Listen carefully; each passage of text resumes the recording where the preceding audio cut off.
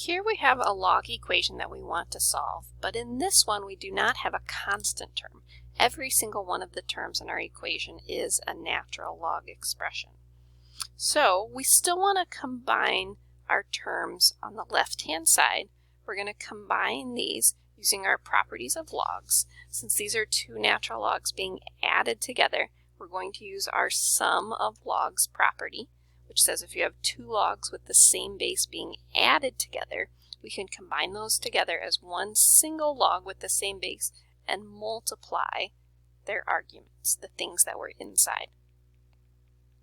So we end up with the natural log of x squared minus 3x is equal to the natural log of 7x. Essentially, this is the same idea as using like bases to solve exponential equations. If we have a log base e on the left-hand side and a log base e on the right-hand side, because these have the same base, the only way that this can be true is if the expressions on the inside, we call that the argument, are also equal. So for the natural log of x squared minus 3x to be equal to the natural log of 7x, then x squared minus 3x must be equal to 7x.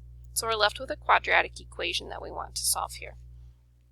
Subtracting 7x from both sides, we have that x squared minus 10x is equal to 0. We can factor here by pulling out a common factor of x.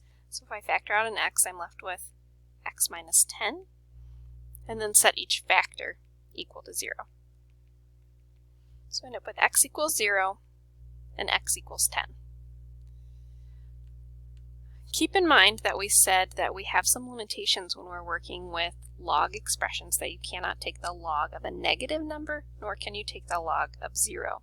So notice in this first term, if we try to plug in x equals 0, the natural log of 0 does not exist. If you put that into your calculator, it will give you a domain error. So we have to throw out x equals 0, but the natural log of 10, the natural log of 10 minus 3, and the natural log of 7 times 10 all exist. So our solution here is just x equals 10. X equals 0 is not in the domain and is removed as an extraneous solution.